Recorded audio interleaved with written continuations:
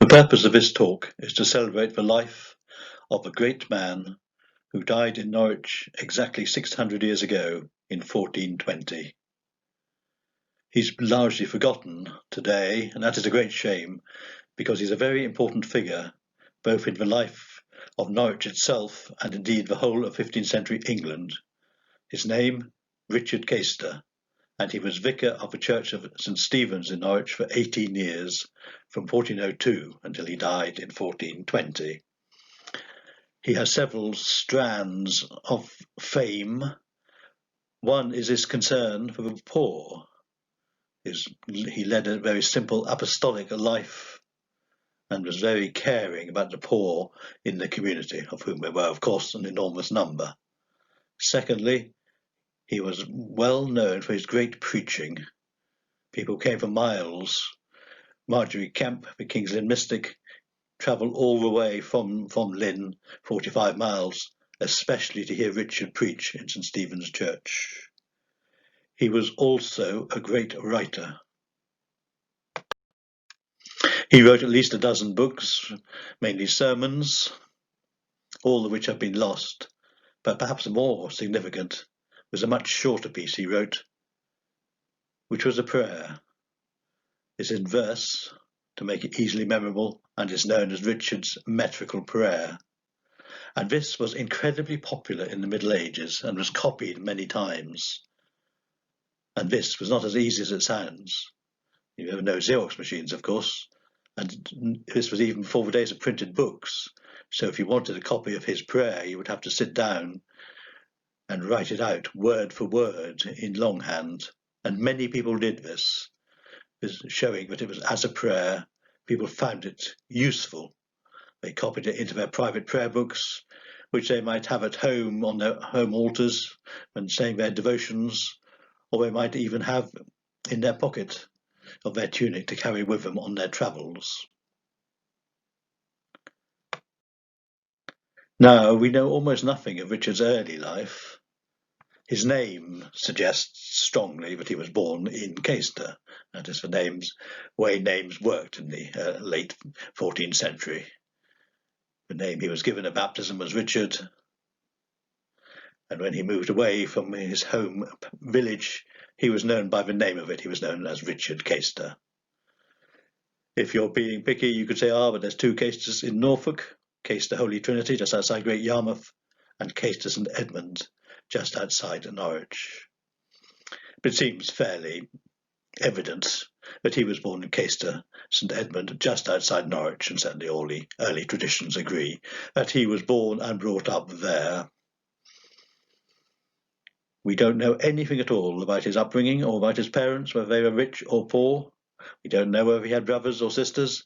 We don't know where he was educated. Perhaps the local priest taught him to read and write.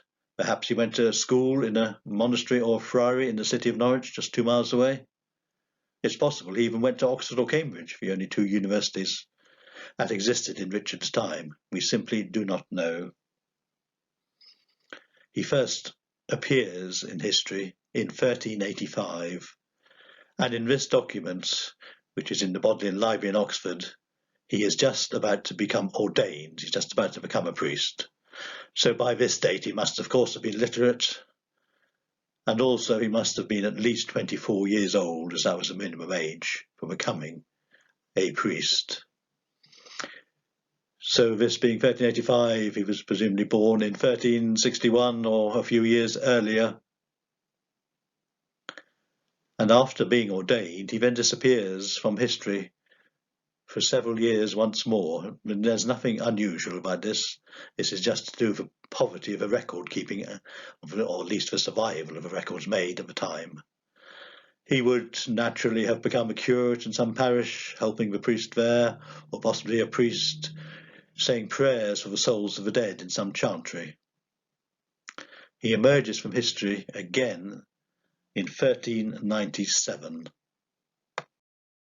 In that year, his name appears in the institution books held at the Norfolk Record Office because he is made Vicar of Sedgeford, Master Richard Caister, priest, appointed to the parish of Segiford or Sedgeford. Sedgeford is a small village 12 miles from Kingsland. And who chose the vicar to go there? That vicarage, like many others in Norfolk and Suffolk, was in the gift of Norwich Cathedral Priory. The prior and the monks of Norwich Cathedral had the right to choose a vicar, and in 1397 they chose Richard Caister. So obviously he must have become known to them and been approved of by them. They must have seen the work he was doing as a priest, assistant priest or chantry priest, and liked what he did. So when this vacancy came up in 1397, they said, let us put Richard Caister into the position of Vicar of Sedgeford. Sedgeford is a lovely old church with a typical round Norfolk tower. And if you go inside, there are some features which would still be the same today as they were in Richard's time, the most obvious being the font, a clearly Norman construction, no doubt the very same font in which Richard would have baptized the children of the villagers of Sedgeford 600 and more years ago. He was vicar here from 1397 until 1402. In 1402, a vacancy came up at another church within the gift of the prior and monks of Norwich Cathedral Priory, and this was St. Stephen's in Norwich. They obviously liked what he'd done at Sedgeford, because when this vacancy came up, they promoted him, I think you can safely call it promotion, from this tiny village of Sedgeford to the bustling heart of the city of Norwich, St. Stephen's Church. And it must have been a great change for him in his lifestyle. Norwich, as is well known, in the Middle Ages was the largest city in England outside London. But that doesn't mean it was very big by modern standards. It was all contained within the city walls, within the inner ring road, as we now think of it, and the population might be guessed at about 14,000. One thing for which Norwich was famous was for its number of churches. There's a saying, there's a church for every Sunday of the year. And that would be about right in Richard's time, if you think about 50 parish churches, and Richard being appointed to one of those, which means that each individual parish is not very big. It may not be any bigger than the number of people who were living in the village of Sedgeford. But of course it has a very different feel to it, because you're in the heart of a huge city. The size of a city, even the century after Richard's time, can be seen on this map, that there is no extension beyond the city walls. There's nothing where we think of as now as Hayham, Earlham, Tros, Sproston, Thorpe Hamlet. These are all fields. But within the city walls, the 14,000 people live and have their being. In terms of religion, the heart of the city life is, of course, the Priory of Norwich Cathedral, and we've already seen that it was Norwich Cathedral that appointed Richard to both his livings, firstly to Sedgeford in 1397 and then to St. Stephen's in 1402. Norwich, like other cities of its time, was very dynamic in religious terms. People were thinking, questioning for themselves. And there are several important figures associated with Norwich and Norfolk apart from Richard Caister himself. The most famous probably being Julian of Norwich. She, of course, was a writer and an anchoress, and her book, The Revelations of Divine Love, is always said to be the first book written in English by a woman. And in passing, it's worth remembering that the books by Richard were also all in English, including the Metrical Prayer. Another key figure in Norfolk religious life, well known from the records that she has made, is Marjorie Kemp, the Kingsland mystic, who was a great friend of Richard's and mentions Richard several times in her autobiographical writings. Other people who were living in Norwich and questioning the faith and its traditions were the people who become known as the Lollards. And of course, to adopt this particular kind of faith is actually a very dangerous thing to do in those times, and could even result in your execution. People who live in Norwich will be familiar with the Lollards Pit at the bottom of what is now Gas Hill. That is where some Lollards were burnt, martyred, for their beliefs. There's nothing to suggest that Richard was a Lollard, but he was probably seen as sympathetic by them, if only because of the great stress he put on poverty and on leading the simple apostolic life. Norwich was also in a ferment politically, because in 1404, 2 years after Richard came to St. Stephen's, the city received a royal charter which made it for the first time completely independent of the county of Norwich. The Sheriff of Norfolk, no longer has any writ over Norwich. Norwich is independent, has its own sheriff, has for the first time its mayors. It appoints mayors for the first time in 1404. To celebrate this newly found independence, the great and the good, the merchants and the citizens of Norwich chip in to build this magnificent building which still exists in the heart of the city today, known as the Norwich Guildhall. This was being built in Richard's time. He must have seen it going slowly up over several years it took to build, and some of his own parishioners paid towards it. Rich families like the Brazier family, the Daniel family, living in St. Stephen's parish and paying towards this magnificent building as a symbol of the power and might of a new city of Norwich, independent for the first time of Norfolk. The parish of St. Stephen's itself, as those who know Norwich will be aware, is right beside the marketplace on the far side from the Guildhall, closer to the marketplace than it now appears, in fact, because in the medieval times the area now known as the Haymarket was indeed a market, not just an open space. And indeed the market or fair came closer than that, as rampant Horse Street, on which St. Stephen's Church actually stands, was used as the horse fair. It was also included St. Stephen's Street, and St. Stephen's Street is really the heart of the Norwich, in the sense that it's the street and the gate, St. Stephen's Gate at the end of it, is Norwich's main entrance. This is the road to London or to Cambridge. This is the way the great and the good come in. If archbishops visit, if kings visit, they're coming in through St. Stephen's Gate and they're coming up through St. Stephen's Parish and they're passing Richard's church.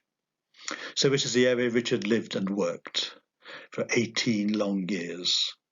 And that is a long time by medieval standards. In this parish, like in all parishes, there were the rich people. We've already mentioned the Daniels, the Braziers. There were also many very much poorer people. They were living in hovels behind the larger houses, living in the small houses that later become known as the yards of Norwich.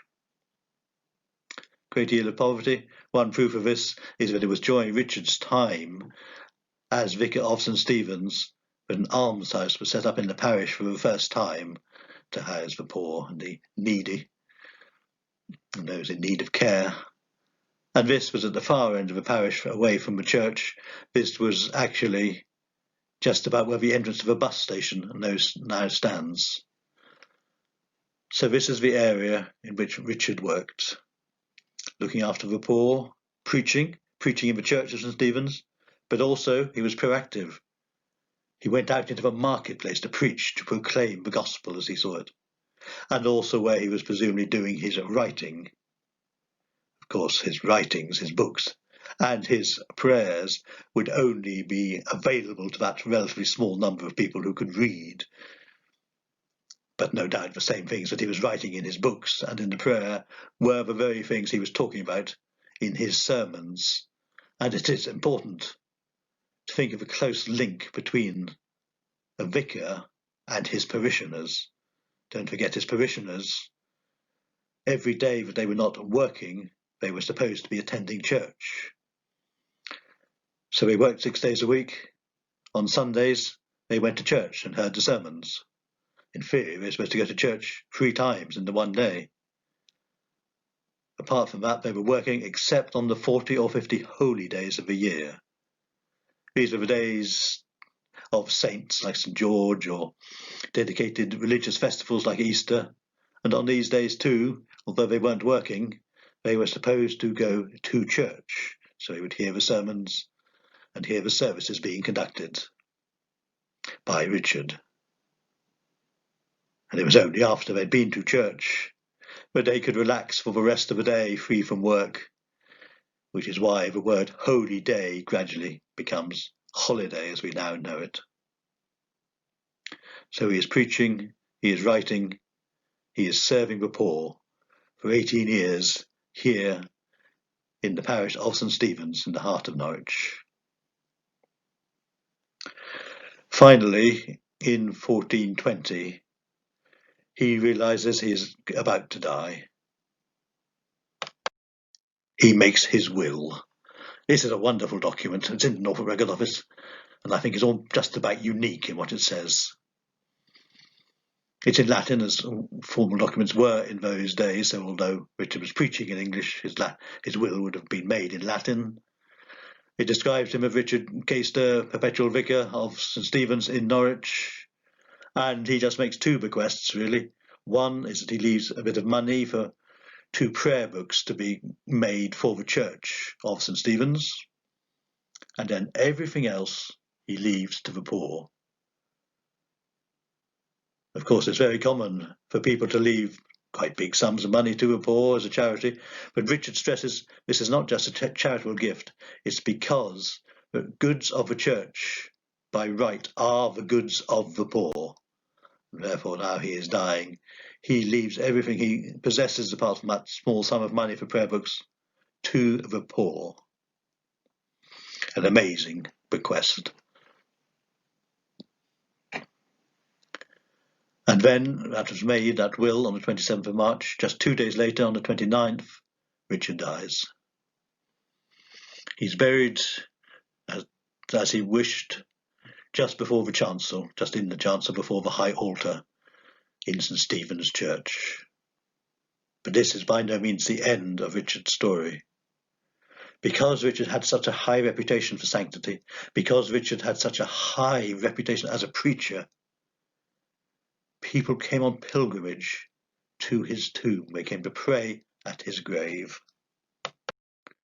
And we know about this from many sources, showing it's a very popular thing to do. One source is the pilgrim's badge. And when you went on pilgrimage in the Middle Ages, which might take days, weeks, in some cases even months, it was very common to buy a souvenir, a cheap metal badge, from the shrine at which you had prayed at the end of your pilgrimage.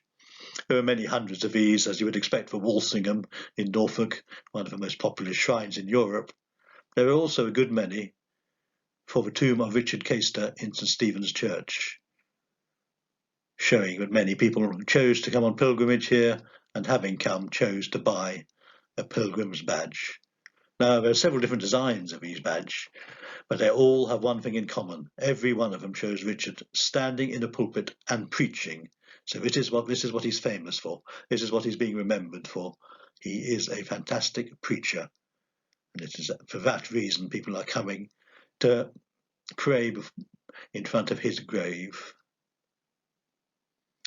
And it is said that even healings took place there. Of course, many of these pilgrims will have been sick or travelling on behalf of sick people and praying that a miracle of healing would take place. The earliest one of these we know was Marjorie Kemp from Kingsland, who came to his tomb in order to pray for a priest she knew in Kingsland who was sick, and he was indeed cured. As well as these pilgrimage badges, you get many other kinds of records showing the importance of Richard and the pilgrimage to St. Stephen's. The great and the good came. Duke of Norfolk came 63 years after Richard had died. He was still being remembered. 1483, the Duke of Norfolk came and prayed here. We know that because he left a small sum of money for the church, which is recorded in his household account books. And several other people left money in their wills. They left money for people to come on pilgrimage to St. Stephen's Church to the grave of Richard to pray for their souls. They thought that Richard was such an important figure, such a good man, that it was worthwhile saying prayers in front of his grave. And there are many, or several wills that do this. The earlier ones are in Latin, because they continued down through 3 generations and more after Richard's death, down to 1500. You do get 1 or 2 later ones actually in English, and therefore a bit easier to read. One such will is that of Richard Stallen, who died in Norwich in 1500. He was a merchant, and his is quite a moving will, because he talks about how he himself has personally woven this piece of cloth that he wants laid down on the grave in St. Stephen's Church. And what he says is he wants this placed on the good vicar's grave in St. Stephen's. He doesn't even name Richard, because this is enough. His reputation is so great, even 80 years after he's died, but just to use that phrase, the good vicar's grave, is enough to identify the grave of Richard Caister. Today, St. Stephen's is still, as it was, a church with a great reputation for its concern for the poor and the homeless, and a church which many people pass by on their ways to Chapelfield, so it's in the heart of the busy city. The building itself has changed a good deal since Richard's day. It was rebuilt about a century after his death, so he wouldn't recognise the main part of the church. He would recognise the north porch, which is the lower part of a tower. If you pass through the tower from the street, you are passing along the same route as Richard would have passed to enter the church. And if you go into the church, look up towards the high altar, that's where Richard was buried. That's where people would have come to pray. There would have been pilgrims coming in and out of his church, praying at that tomb for many years after his death, and maintaining the reputation that Richard had for a long, long time, simply as Richard Caister, the good vicar.